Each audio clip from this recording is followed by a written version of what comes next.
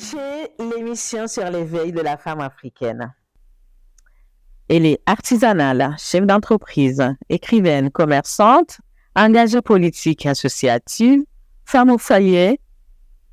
Elle est artiste en même. Cette émission lui est consacrée. Bonjour et bienvenue dans Chez l'émission consacrée à la femme africaine, produite par Amélie. Aujourd'hui, nous avons le bonheur, la chance, la joie.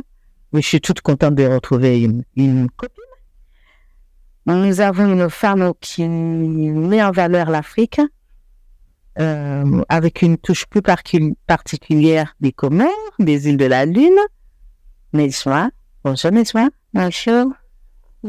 Nejma, c'est... Je voudrais bien la décrire, mais je n'arriverai pas. Parce que elle a une main, elle a des talents, et je voudrais bien qu'elle se présente elle-même. Qui est Nejma? Grande question. Qui suis-je? Je peux parler de très maman le côté maman. Je suis une maman. J'ai 2 garçons adorables. J'ai la chance aussi d'avoir une maman qui est formidable et qui m'encourage dans tout ce que j'ai envie dans tout ce que je fais, dans tout ce que j'ai envie de faire. Donc, j'ai envie de les décrire comme ça. Et une maman qui a la chance d'avoir une maman. Vous êtes... Nejma, c'est une mère-fille. Une mère et une fille de quelqu'un. C'est qu'une. Ouais. Vous êtes maman de 2 petits garçons. C'est ça. Mais vous êtes une entrepreneuse. C'est ça, également. C'est pas simple d'être parent et entrepreneuse. C'est pas simple, surtout que l'entrepreneuriat, c'est un milieu qui est très difficile, qui est aussi fermé, qui demande d'avoir des sacrés bagages, d'avoir une sacrée force, de pousser, de défoncer toutes ces portes pour vraiment partager, en tout cas, son idéal, ses valeurs. Et sans l'amour, en tout cas, de sa famille, de ses amis, c'est difficile, ça peut être difficile, en tout cas, d'y arriver. Et si je suis encore là pendant toutes ces années, c'est parce qu'il y a tout cet amour et il y a toutes ces valeurs que je porte en moi qui font que c'est ce qui me permet de continuer à faire ce que je fais dans l'amour et dans le respect. Et avec cet idéal de faire parler mon pays, mes îles, mon Afrique. Votre Afrique. Alors aujourd'hui, Nejma, moi je vous ai mis en honneur. Merci. En m'habillant Hachi. Merci. C'est un clin d'œil sur ce qu'elle fait, Nejma. Nejma, c'est une entrepreneuse, mais très particulière puisqu'elle valorise un tissu spécial des îles Comores. D'où vous est venue cette idée, ce projet, cette envie de valoriser les chiromanies comoriens? En fait, à l'époque où il y a eu vraiment le grand boom du wax, je voyais que toute africaine, comorienne confondue, on était là vraiment en train d'affirmer le côté africain. On était là, on portait le wax avec fierté.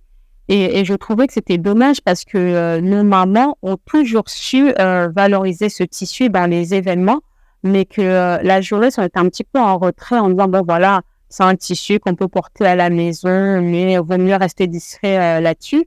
Et mon envie, c'était vraiment de dire, OK, on peut le moderniser, on peut faire quelque chose de très moderne pour le porter en France, tout en revendiquant finalement ses origines.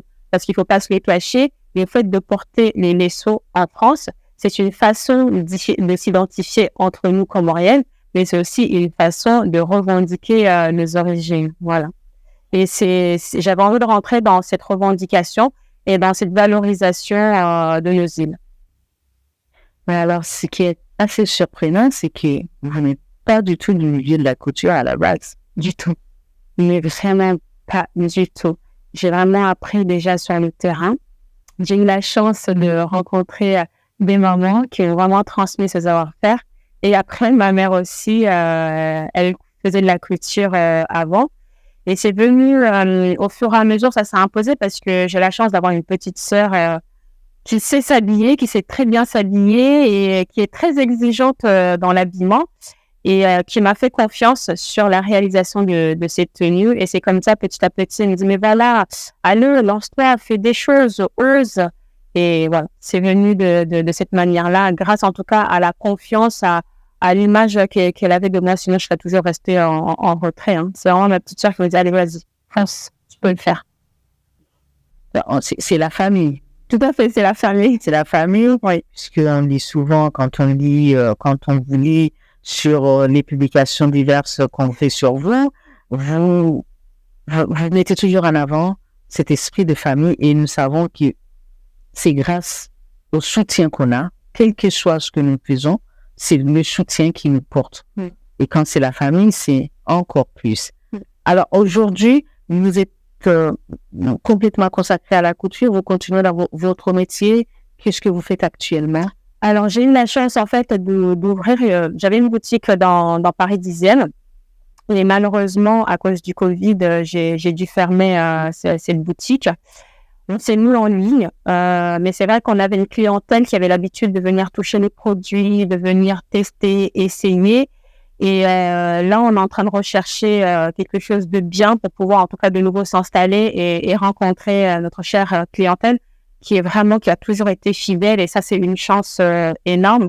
Peu importe là où nous sommes, peu importe que ce soit en ligne ou autre, on a vraiment toujours gardé ce lien avec la clientèle. Donc, on est à la recherche de locaux en ce moment. On croise les doigts.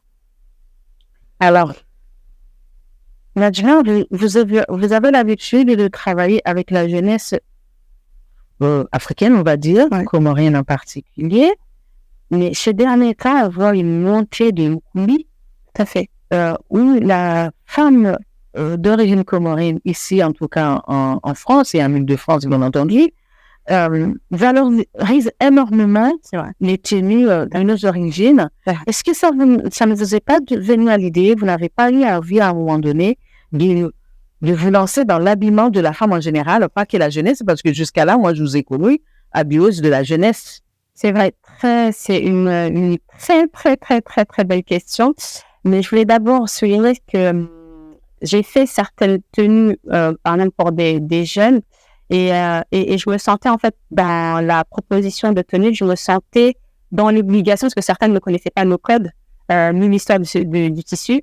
Je me sentais dans cette mission d'expliquer à la jeunesse, attention, on ne peut pas utiliser tel tissu pour faire telle tenue. Attention, il y a des codes à respecter et c'est important pour moi. On peut effectivement moderniser les choses, mais c'est important aussi de respecter les codes, les valeurs. Et moi, j'avance en fait, j'essaie d'avancer avec cet héritage. Parce que des fois, on me demande des choses, par exemple, d'utiliser du Sahara Nassoumahia pour faire une certaine tenue. Je dis non, je suis désolée, je ne peux pas le faire. Je préfère perdre le client et ne pas faire une tenue qui ne va pas dans mes valeurs que je respecte les valeurs. C'est un héritage assez important et je continuerai à le porter. Maintenant, pour répondre à ta question, effectivement, c'est l'envie d'habiller un petit peu plus davantage de monde. C'est installé, c'est marrant quand tu me poses cette question, durant le Covid. Ça s'est installé. J'ai écrit un projet associatif qui s'appelle Couture Solidaire. Et dans ce projet associatif, on a rassemblé plusieurs mamans. Il y en a certaines qui aiment la couture, qui ont déjà de l'expérience dans la couture, et d'autres qui ont envie d'apprendre. Donc, il y a des ateliers où on apprend à coudre, et d'autres qui ont un savoir-faire, je n'ai rien à leur apporter de plus. Et je me suis investie de cette mission de trouver un lieu approprié pour que toutes ces mamans puissent se retrouver dans un local approprié pour faire la couture. Donc, j'utilise l'entreprise Maison Valesso pour approcher une clientèle, parce qu'effectivement, il y a déjà cette confiance au niveau du savoir-faire pour ramener des clients à ces mamans. Donc là, ça va faire 2 mois que l'on a commencé l'association Couture Solidaire et effectivement, elle fait vivre des mamans de la couture. Ouais. Donc, c'est le projet que je porte en ce moment. Alors, je trouve ça très intéressant car il y a quand même une question qui me vient souvent à l'esprit, c'est que j'ai eu la chance aux Comores de mettre en place la coopérative artisanale des Comores. Je trouve quand même dommage qu'en France, il n'existe pas une coopérative qui rassemble le savoir-faire dans ce domaine-là ou dans d'autres domaines d'ailleurs. Le savoir-faire de la femme comorienne, c'est un petit peu dommage. Vous n'y avez pas pensé? J'y ai pas du tout pensé, mais c'est vrai que ça serait bien de creuser. Mais comme par rapport à l'association Couture Solidaire, j'ai la chance d'avoir intégré le dispositif émergence. En fait, j'ai répondu comment je vais dire, à une sélection de projets d'économie sociale et solidaire. Et donc, en ce moment, je suis suivie par France Active pour mettre en place cet atelier solidaire. C'est vraiment le combat que je porte à l'heure d'aujourd'hui. Si je réussis dans un premier temps, effectivement, à mettre en place cet atelier pour les nanas, l'objectif, bien sûr, ça serait de fédérer. Après, j'espère qu'on y arrivera parce qu'on a tellement des pratiques différentes dans la communauté comorienne. Il y a aussi cette méfiance de part et d'autre qui fait qu'on a du mal aussi à travailler ensemble. Mais je trouve que depuis quelques années, avec l'expérience que chacun d'entre nous on a eu, on commence un petit peu à revenir sur les fondamentaux. Donc, je pense que d'ici quelques années, on sera à même de pouvoir tous travailler ensemble. Mais en tout cas, j'essaierai de mon côté d'aller dans ce sens-là. C'est plus le même monde. Je pense que maintenant, vous, la jeunesse, vous avez plus d'ouverture, assez d'ouverture pour pouvoir vous lancer dans des grands projets complètement sans avoir peur de l'autre. Parce que nous, les mamans, on a toujours peur que l'autre profite de nous, l'autre marche sur l'autre. Vous avez dépassé tout ça. On a dépassé tout ça. Donc, vous avez quand même... En tout cas, c'est une petite bouteille que je jette à la tête. Merci pour ces conseils. Je la garde volontiers dans ma tête. Et vous parliez de la valeur, de toute cette valeur. Vous n'êtes pas né au Comores. Si, je suis née au Comores. Et vous êtes arrivé très jeune. Si, je suis arrivée à 5 ans ici. Mais vous êtes de quelle île des Comores? Je suis de Gazidja. Dans cette espèce d'ancrage de la valeur. Mais vous avez quand même réussi à garder tout cet esprit de valeur. Richesse, mais quelle richesse! Qui suis-je sans ces valeurs comoriennes? Mais je peux pas prétendre être une autre personne que cette comorienne de par ce pays, il m'a donné le courage, l'envie d'aller loin, de toutes ces possibilités, parce que j'ai vu dans quelles conditions nous avons vécu. Et effectivement, on peut s'en sortir. C'est difficile, mais si on veut s'en sortir, on peut s'en sortir. Donc, moi, je remercie Dieu de m'avoir fait naître dans ce pays. C'est une bénédiction. Toutes ces valeurs. Nos mamans sont des modèles, mais sincères. De courage. C'est pour ça que j'avais sorti. Et de persévérance. Mais complètement. Et c'est pour ça que j'avais tenu, en fait, à sortir un t-shirt. Et là, c'était la représentation de la femme comorienne. Et j'ai écrit la phrase « Je n'ai jamais vu une femme aussi courageuse que la femme comorienne. Tout organisée, tout structuré et tout supporté. Et tout ça dans le respect. Et tout supporté. Et dans le respect. Et c'est vrai qu'au fur et à mesure qu'on s'ouvre à la mondialisation et tout le reste, il y a certaines choses, effectivement, qui se perdent. Mais vraiment... on commence à mettre petit à petit à rendre visible la communauté comorienne et la culture comorienne. Donc, petit à petit, revenir aux fondamentaux, ça revient. J'ai confiance en ça. Ça revient. Il n'y a pas de risque de perdre cette valeur en ce mondial. Alors, j'avais cette remarque-là peut-être il y a 3 ans ou 4 ans, mais c'est vrai que la jeunesse comorienne affirme de plus en plus à se Elle est à la recherche de ses racines. Complètement. Et ça fait plaisir. Il y a vraiment une vraie solidarité entre la jeunesse comorienne. Il y a vraiment une vraie solidarité qui se structure de plus en plus. Donc, le fait que Maison vers l'ESSO apporte sa pierre à l'édifice dans ce processus, mais il y a quelque chose.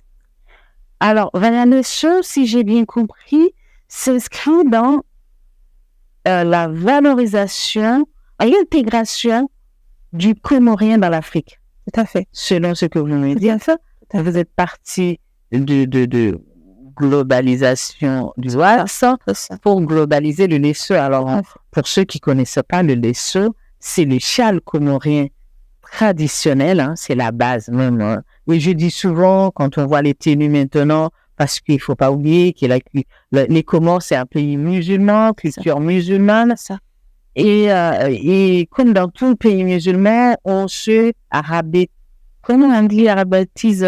On prend la mode saoudienne. Enfin, alors qu'on a énormément de tissus qui valorisent nos origines. On a connu nos grands-parents. Moi, je suis comme vous, je suis élevée ici, mais j'ai eu la chance d'aller aux Comores tous les ans pratiquement depuis que j'ai mes 18 ans. Et j'ai vu mes grands-parents s'habiller avec le hamis, ce qu'on appelle le hamis, ou le tsunga, les tenues comoriennes. Ça leur faisait pas moins musulmanes pour autant. Tout à fait. Vous pensez que Valalesso va pouvoir dépasser toutes ces idées qui arrivent du monde arabe et mettre en avant plus le côté comorien? C'est le parti pris. Après, effectivement, j'essaie de faire les choses étape par étape. La première étape, c'était de montrer que les leçons pour faire les jupes, un pantalon très moderne, pour s'inscrire en France, en Europe. Mais les gilets, comme on en voit, c'est magnifique. Exactement. Mais en tout cas, ce que j'espère, c'est qu'au fur et à mesure que je prends ma maturité, c'est aussi de pouvoir dépasser ça et imposer le côté très traditionnel. Mais ça vient avec la maturité et je pense que je n'ai pas cela pour l'instant pour oser en fait affirmer cette partie-là. J'essaie de m'écouter et d'aller avec progression. En tout cas, il faut savoir que tout ce que je fais jusqu'à maintenant, vraiment, il y a du cœur, il y a de l'amour. Je n'essaie pas de faire des tenues pour faire plaisir ou pour qu'on entende parler de Maison Valalesso ou pour non, c'est vraiment avant tout le cœur qui parle. Et si on va bien, à chaque fois, sur chaque création, généralement, il y a des petits messages. Par exemple, sur les bombers qu'il y a sur notre site internet, il y en a un que j'aime particulièrement, c'est Subira ou Bahir. C'est allez, patiente, les bonnes choses arrivent, vont arriver. J'essaie toujours de donner une signification à chaque tenue. Parce que si c'est un jeune qui le porte, il faut dire, voilà, tu portes pas n'importe quoi. Attention, derrière, tu as une sacrée responsabilité. Il y a un message pour toi. Et comme c'est le client, c'est la personne qui choisit sa tenue, c'est pas une tenue qu'elle choisit par hasard. Donc, je pense que voilà, ça va avec ce que l'on met. Et j'essaie d'aller vraiment dans ce sens-là. Je ne sais pas copier. Je ne sais pas faire quelque chose qui est ultra à la mode, je ne sais pas quoi. Je fais ce qu'il y a dans mon corps, dans mon cœur, et ce sont mes tripes, en fait, qui parlent. Donc, parfois, en fait, on peut me dire, Valalesso, pourquoi tu fais pas tes créations? Maintenant, elle ne me parle pas.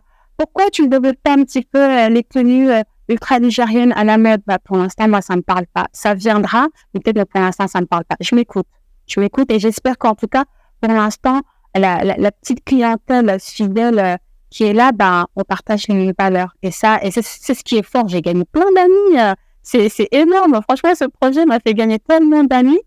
Je me repose à présent sur eux et ne parle même pas de l'association Couture Solidaire.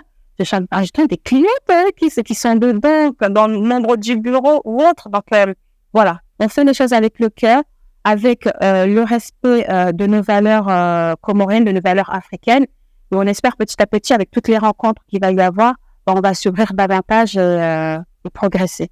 Du coup, vous m'avez dévancé sur mes questions, puisque vous avez parlé de votre projet, Couture Solidaire. C'est ça. C'est votre projet phare. C'est ça. Donc, vous êtes complètement lancé là-dedans. Tout à fait.